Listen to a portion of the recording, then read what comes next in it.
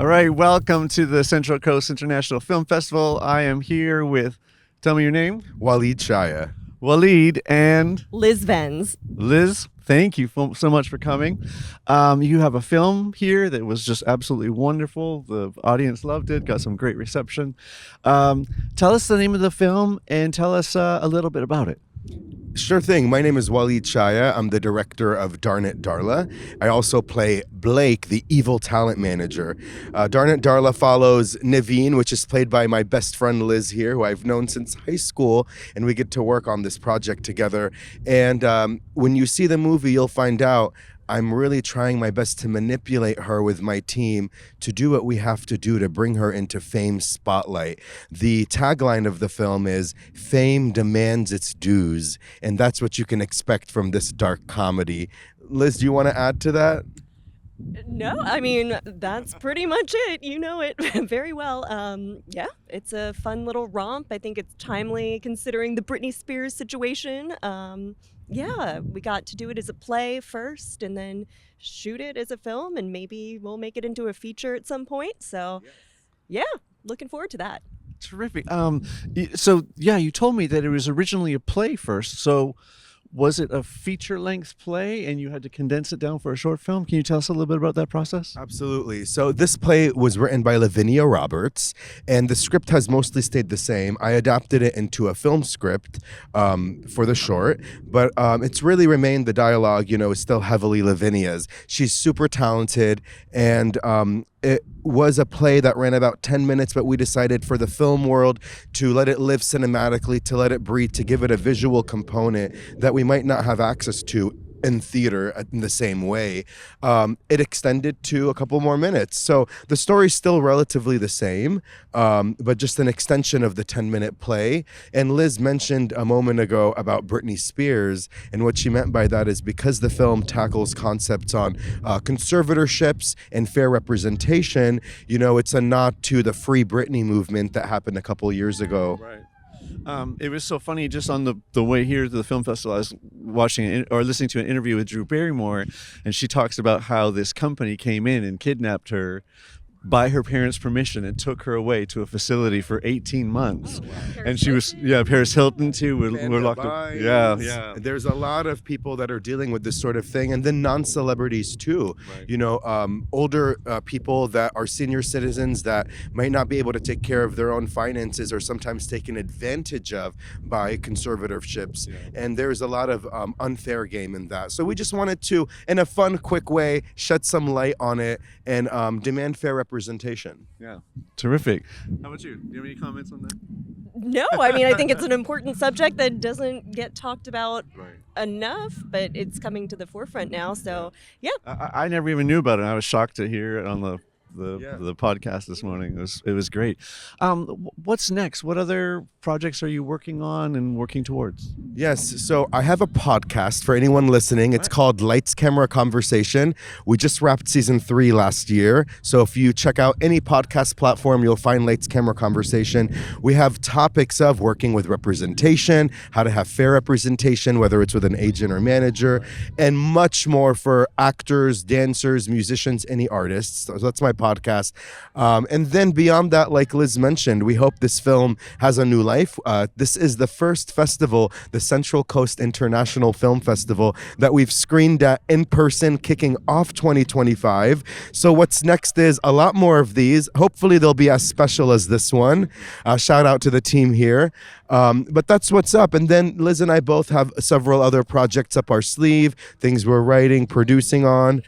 We've discussed something funny like that. Liz, do you want to expand? What are you up to? Please. Oh, no, I mean, I just finished a UCLA program, so I was kind of in school back again in business and management of entertainment. That's so probably I'm even smarter. That's probably even better. trying to go a different direction, less the acting stuff these days. Right. So, yeah.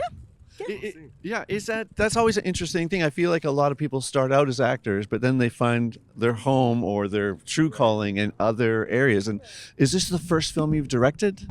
I'm actually a director and an actor for the last 17 years professionally. I'm part of the Stage Directors Society, so a theater boy at heart. Lived in New York a while, a lot of Broadway, off-Broadway shows, that sort of thing. And then moved to LA, and I've been there for the last about 7 years. So taking a more cinematic approach to reach more people. And that's why we also brought Darla from stage to screen, is because we want to meet more people. So here we are connecting with you, here we are connecting with you. So that's always been the hope, and continuing to wear many hats. When I was in school, we were told, if you're an actor, be an actor. If you're a director, be a director. Now they want you to film your own stuff, edit your own stuff. They want you to be your own producer, your own promoter. We're in an age where the artist is back. It's a renaissance for us. We get to do it all. So I love, Liz, that you're growing beyond your incredible acting. Liz is one of the best actors I know. I've seen her in pieces even more challenging than this. And I think it's going to be exciting to see what all of us do together collectively with all these hats that we're wearing. Oh, that's terrific. So Liz, too, you started out as an actor as well. Were you compelled to go into a different direction just because of? I had a breakdown during the pandemic, to be honest. I was like, I need to do something else because it's not happening right now. But yeah, I've been lucky to have such a great team. We knew each other in high school, but a bunch of our college friends are still very close. And it's been great to have people that you can be creative and fun with. So it's such a great community, isn't it? I've done some theater and I love it, but there's just something about the film community where you get into that set and you work with these people and everyone is so generous on set, and it's just such a great place to be creative. So do you feel like, would you still, though, you're not going to abandon the theater, are you? Oh my gosh, no, the theater's where I feel the most at home. I just spent a week in New York City catching up on my Broadway fix. I saw a lot of great shows. And I direct still in Los Angeles stage shows as well. Different animal than the film, but acting is acting, as they say, so directing's directing. And like you said, when you do it with people you love, it makes it just that much more fun. Do you, either of you, have a preference? Maybe you can answer this one. Do you have a preference between theater and film, or? It's different. I mean, it depends on what the project is, to be honest. I love comedy, but I'll do whatever, to be honest. Definitely have more experience with theater, but yeah. Theater's like a small little scene, I feel like, here in LA, and it's really hard to do it and make everything work, but maybe I'll do the Fringe Festival again this summer. That's always fun, but yeah.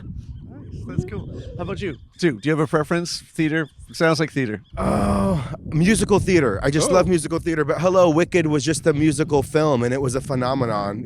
How did this circle back to Wicked? Everything is Wicked, even this interview. So, I'm obsessed. I think it's great. I think it's super fun. And, on the same wavelength, the different genres, the musical theater, the film, just in today's festival, in today's screening here at Central Coast, the variety of the genres in our own block and with their own schedule. I think that's what makes all these mediums exciting, even if they're different and in the same medium or on a stage or on a screen. One thing, I don't want to keep you guys too long, but one thing I really loved was that you were talking about like inclusion, including other people. And to me, that's, as artists, like, we've always been doing that. Like, it's in, Oscar Hammerstein in 1927, right, with Showboat. And it's like, we're always, if you're being picked on, if you're being left out, you're the star of the next movie or the star of the next show, and people are going to love you, right? And they're going to fall in love with you when watching your story. Can you just share a little bit about that too, and your journey through that? Yeah, I'm going to piggyback off of what you said, Liz. It's really been our circle. I've heard this, your network is your net worth. And, who are you surrounding yourself with? Who's lifting you up? I found that most jobs that I've booked as an actor or been lucky to get as a director were jobs that I've had from my relationships. I auditioned for a lot of things as an actor. And it's not often you book. One person can only book the job. That's just the reality of it. It's not me. Is it me? I hope not. But when you do book, it's so exciting. So when it comes to, this journey and being here together and working together, I think it's just so exciting that we lift each other up. And that's why I think it's more important now than ever that you work with people you love and you keep those that are good to you close. And, this film is a labor of love, as I know many are at this festival and many others that are pursuing this kind of line of work. Right. How about you, Liz? Have you noticed a difference in a change of like in some of the plays or walking on set, and just to see the diversity now on set is so refreshing, right? Yeah, I mean, I don't need to say my age, but I feel like That's in the 17 years or whatever it's been since we've graduated college, like a lot more content is just way more diverse. So different great. Stories are being told.